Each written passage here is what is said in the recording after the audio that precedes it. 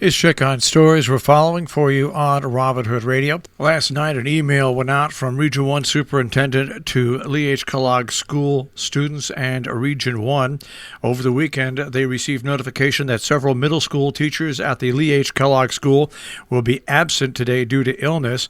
Those absences, in combination with the teachers who will be out due to recent COVID-19 positive cases, have made it impossible to provide the staffing needed to open classrooms for in-person learning.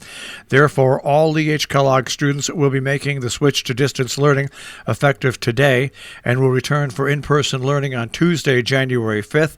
The absences began late last week, with 2 additional teachers reporting absences due to illnesses over the weekend. Teachers have been or will be tested for COVID-19 out of an abundance of caution. None of the aforementioned teachers have had any contact with the students who have tested positive for COVID-19. On December 19th, they thanked the principal at Lee H. Kellogg School and her staff for working hard to keep the school open. However, without sufficient staff present in the school, that is not possible. Sharon Hospital kicked off its COVID-19 vaccination clinic for hospital employees on December 18th. Some important information came from New Vance Health's interim chief medical officer, Dr. Jeff Nicastro, explaining how excited they were that New Vance Health received its first COVID-19 vaccine deliveries. Danbury Hospital received a couple of thousand doses of the Pfizer COVID-19 vaccine. They're following FDA and manufacturer guidelines for vaccine storage, which includes an ultra-cold freezer, and state distribution guidelines for distributing vaccines throughout the healthcare system.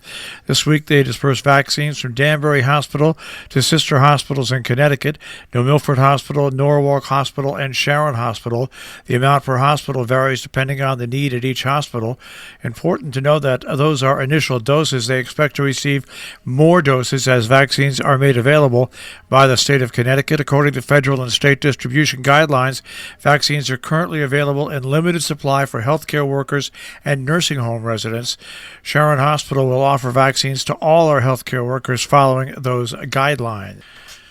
In North Canaan, in a story by Ruth Epstein in the Republican American, the Planning and Zoning Commission appeared favorable to a special permit application for the expansion of Gear Nursing and Rehabilitation Center, but wants to see approval from the Conservation and Inland Wetlands Commission before making a decision. Members closed a hearing Monday, but said they'll take an email vote when the information is received rather than wait until January's meeting. There were no questions from the Commission or the public at the hearing.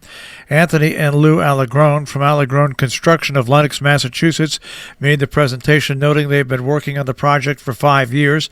A state certificate of need was received 2 years ago, and pending local approval, they will work on finalizing the pieces to submit to HUD for funding.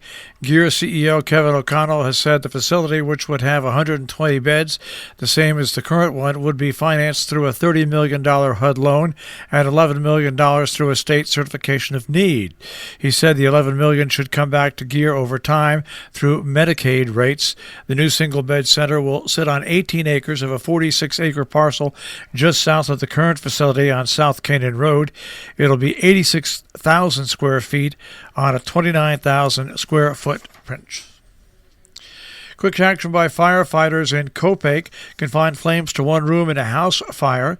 Quarryville Fire Chief William Baker said Community Rescue Squad were sent to Columbia County 911 to 7 Birch Hill Road in Copake for a reported fire in a bedroom.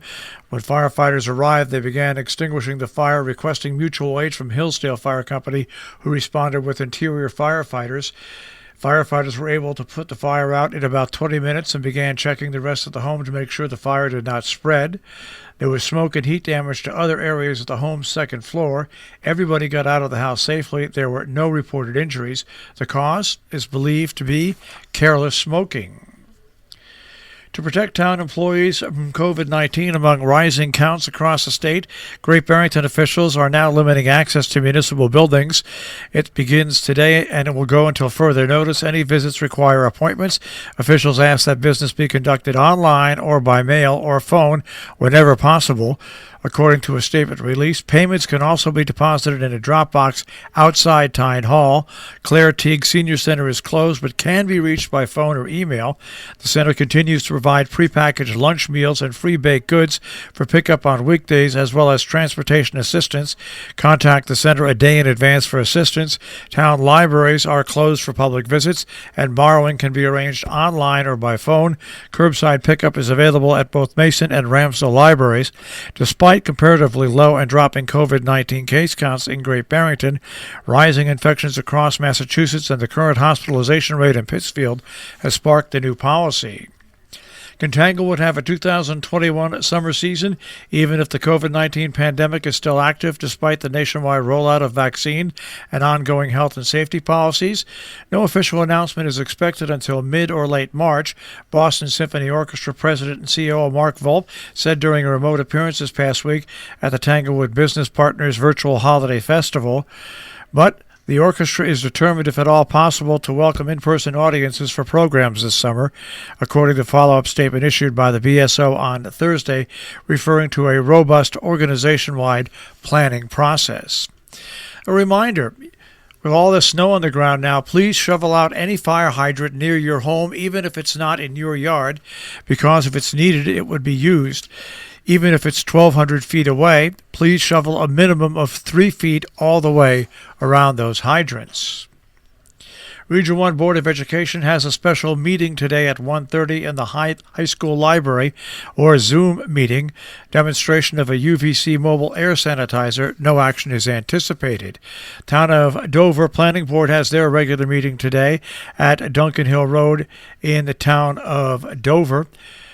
More information on where you can view it, youtube.com/c/Dover, New York/videos. In Falls Village, the Inland Wetlands and Conservation Commission has a meeting coming up. That is today from 7 until 8 p.m. Kent Park and Recreation has a meeting coming up tonight at 7 p.m., held via Zoom. All the information is available on their website. Town of Sheffield Select Board has a meeting coming up tonight at 7 p.m. It's a virtual meeting. To participate, go to the Town of Sheffield website to receive that information. The Town of Northeast Planning Board special meeting is coming up Tuesday, December 22nd, via Zoom only. There'll be public comment and application for a lot line adjustment, general business, and then they'll close the meeting. Also coming up on the 22nd in Cornwall, the Economic Development Commission has a Zoom meeting. Region 1 Board of Education has a budget subcommittee meeting on Wednesday at 10 a.m. via Zoom. Information is available on their website. Farmers to Families is holding a food box distribution on Wednesday from 10 till 12 at 59 Field Street in Torrington. Drive-through distribution combined fresh produce, dairy, and meat products. Town of Northeast Planning Board meeting on Wednesday, December 23rd, has been canceled. Dover Town Board has their regular town meeting on December 30th. Our business brief is underwritten by Morgan's at the Interlaken, interlakenin.com, and by Salisbury Bank, salisburybank.com. Dow Jones Industrial Average starts off the week at 30,179.05. The NASDAQ, 12,755.64. And the S&P 500 at 3,709.41. We'll take a look at the tri-state forecast. That'll come your way in just a few moments.